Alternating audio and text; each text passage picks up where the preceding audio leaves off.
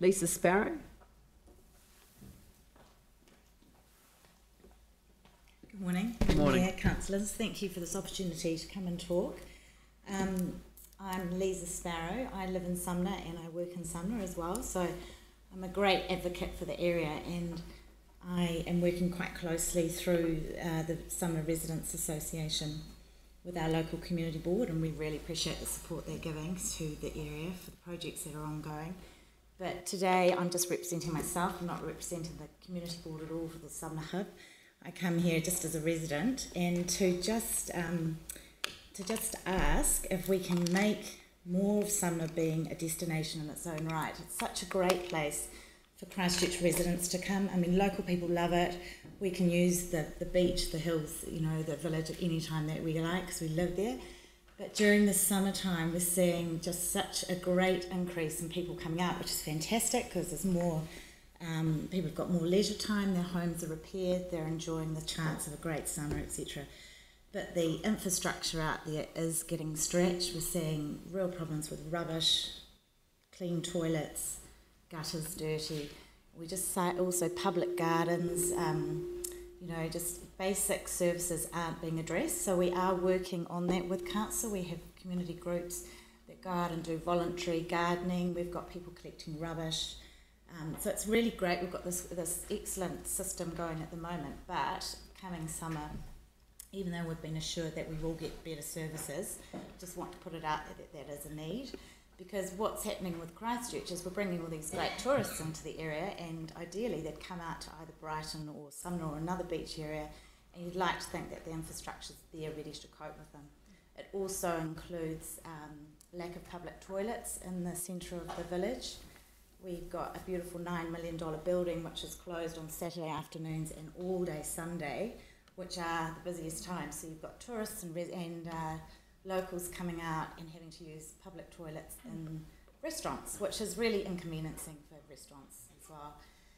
So the other thing that I just wanted to address was just to encourage you to keep the Christchurch Coastal Pathway on your long-term plan and to fund it as much as you can. It would be just fantastic to get that finished, and that's not just from a tourism point of view and supporting what we heard about cyclists, but it's also around safety of the children who are coming from Redcliffe School into Sumner to Van Ash, so just to allow them to have the ability to bike to school, it's really important.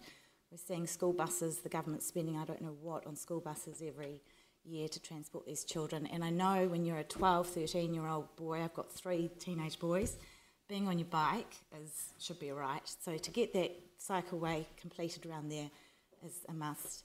And then my other request, again Sumner focused, is the Bays Area Skate Project, which, if you're aware, is going through at the moment with funding, and it's Sumner residents have been asking for a skate facility out in Sumner for about 30 years, and so we've had a temporary ramp in the area for about 4 or 5 years now, and it's so well used. It's amazing to see these kids out there being active. But the best thing about it is you've got young boys who have nothing to do, and often they get themselves into a bit of trouble, and having them in one area of the village, being identified and having a space where they know that they can interact is fantastic. So instead of being at home on their couches and so forth, they're now, you know, they're able to get and be together, and you've got the little kids and the older youth, and then you've also got skaters from town coming out, and so it's a really great facility. So the little ramp that we have there now is hopefully going to be part of a longer term plan to get something permanent in Sumner. Those are my main points. Just ask with the toilet. I mean, I'm just blown away by this because you're not the first person to raise it, but. Was that not part of the consultation around the original design? For the building? Yeah. I mean, was it raised? I mean, presumably the community board did the design. Did you sign off on the design? Or recommend the design to the council? We were told it was too expensive, there was no operation to cover cleaning them the rest of the time when the building wasn't open. But and they wanted was to that be just reported to council in the paper that came to council? I mean, not aware. this may be highlighting where the problem lies, which is if something is ruled out at an earlier stage, I don't know that we get the advice that we need to actually consider whether we put on budget sufficient funding to clean them after hours or to create them in a style that they self-clean. I mean, there's plenty of options that are available now for public toilets that don't actually require an enormous amount of OPEX. They require a little bit more capital at the front end. But, you know, I know that I'm not the only one sitting around the table that's looking at this askance, but, you know, as I say, others have raised it, and it is something that we're going to have a look at. Yeah. I mean, it probably leads to the fact that we've got this beautiful building which is closed for most of the weekend, and you've got because of the transport, you know, people are spending at least half an hour. School children 45 minutes into school. By the time they come back into the village, it's either closed, and on the weekend they have sport.